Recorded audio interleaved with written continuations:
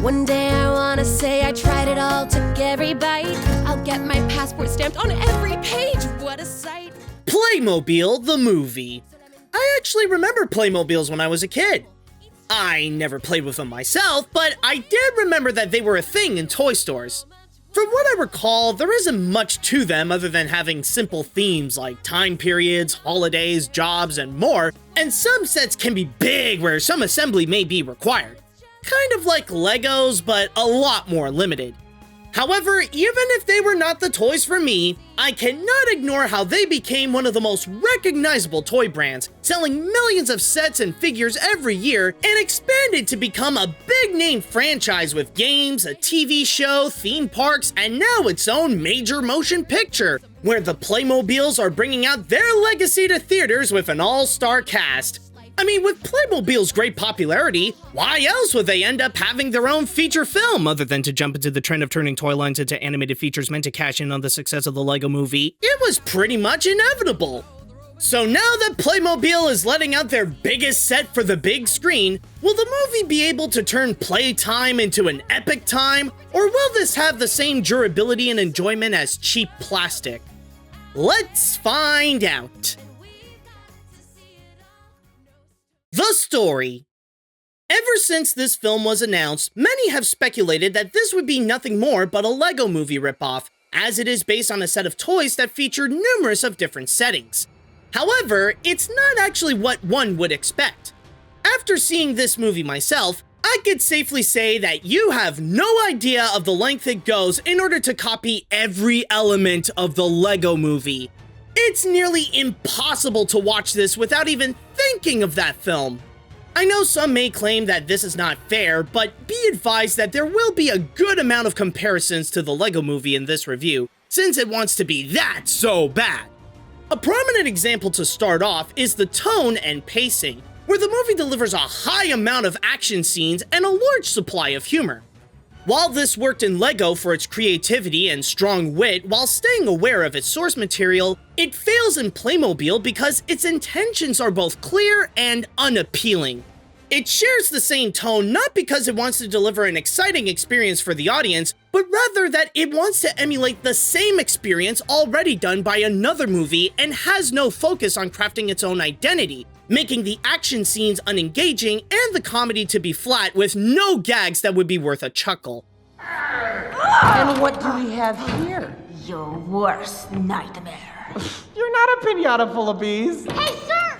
Also, in terms of the story itself, it doesn't even try to create something new or have the characters be on an exciting adventure in this unique world. Everything feels predictably formulaic, with the opening setting up the events to come, enter in this cartoon world to hop into different places for this one goal, and finish it off with a finale that brings back elements from the beginning to deliver a happy ending for everyone.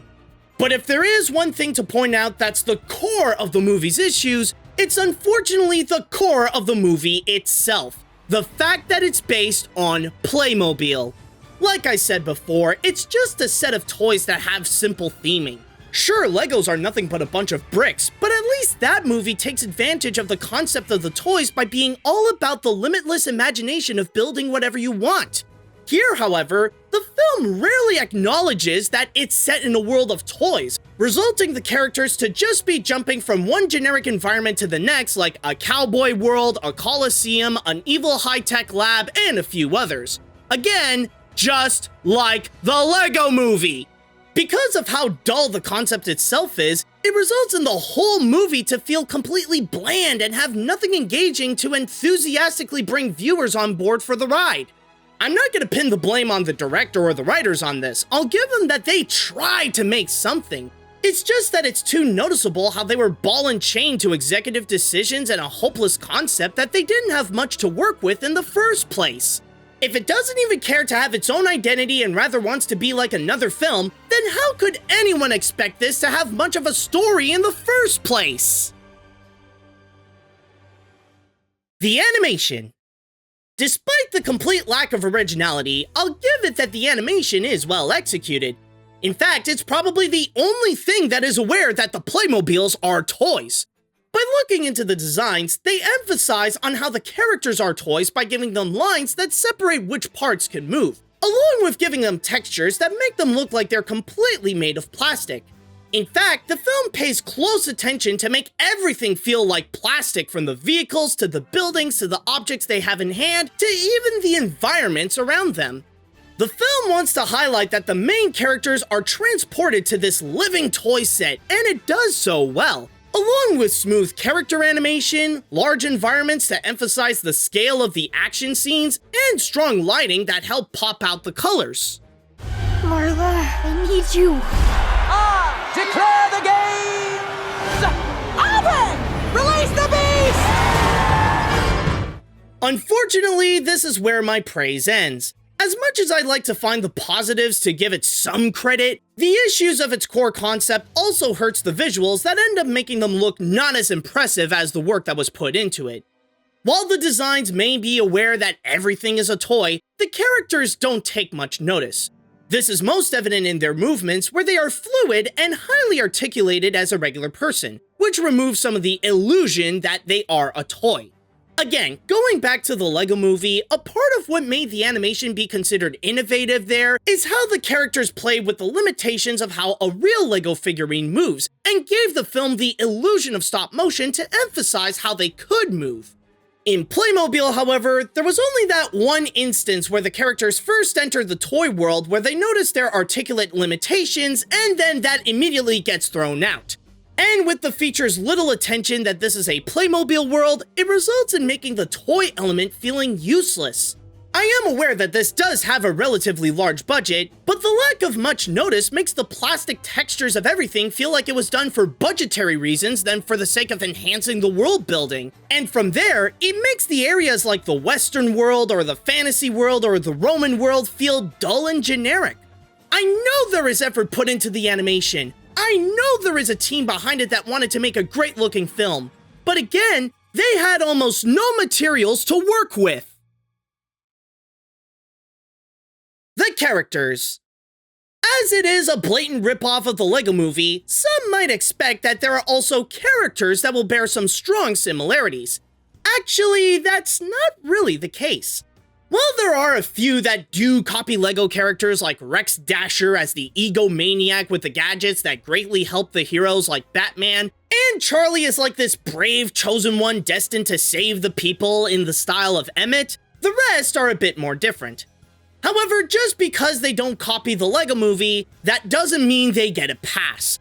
What is wrong with them instead is that they are very poorly written to not just be one-dimensional, but they also can only perform with just that one trait they have.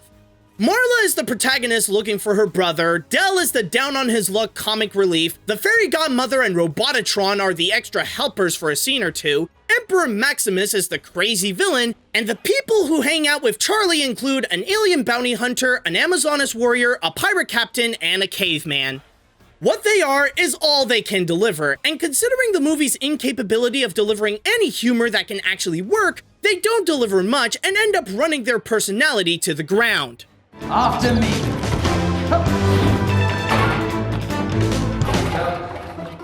This was just garbage. What is worse is when the film tries to develop the main characters to give them a little more like an arc, but end up making things so much worse.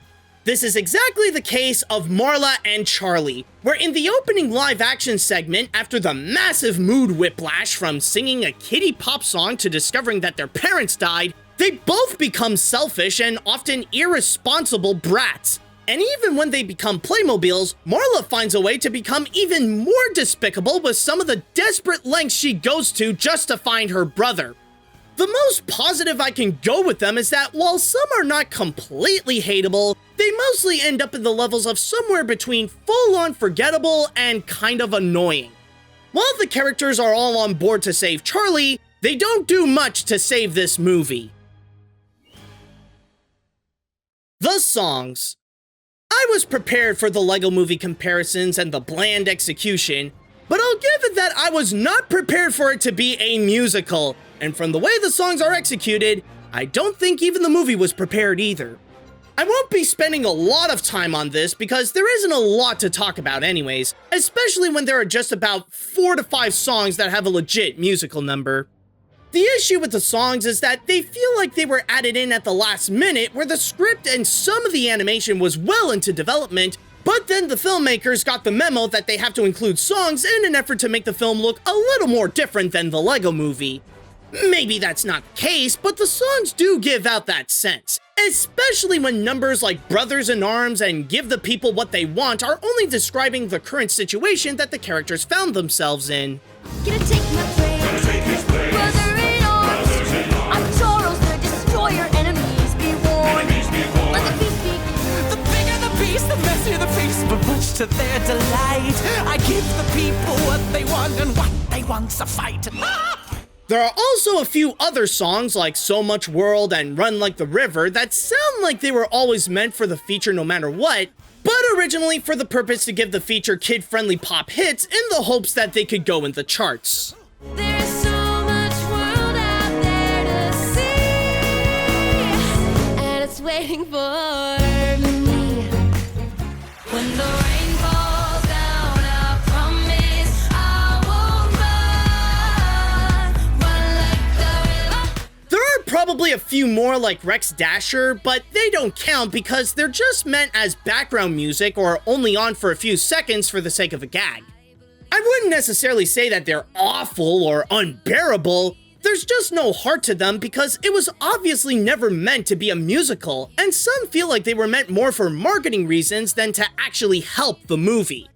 While there are only a handful of songs, with how quickly forgettable they are, the only thing they do is wonder what's even the point of making this a musical.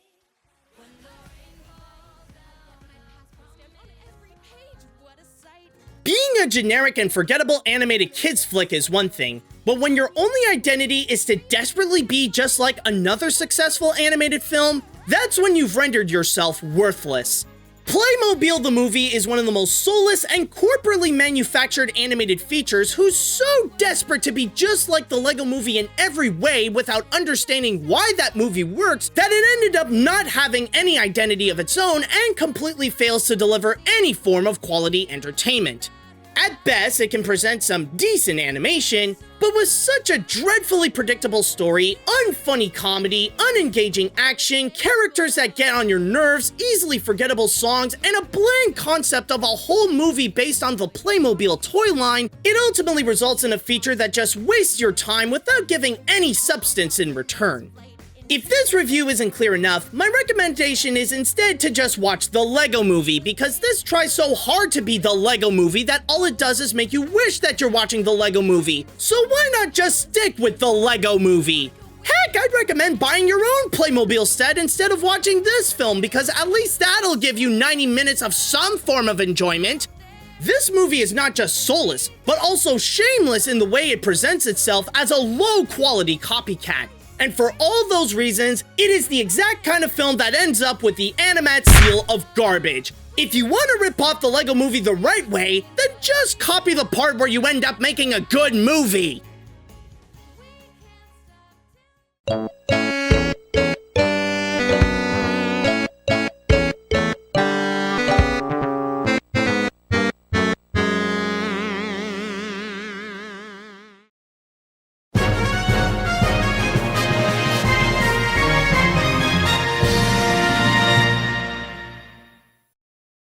When the rain falls down, I promise I won't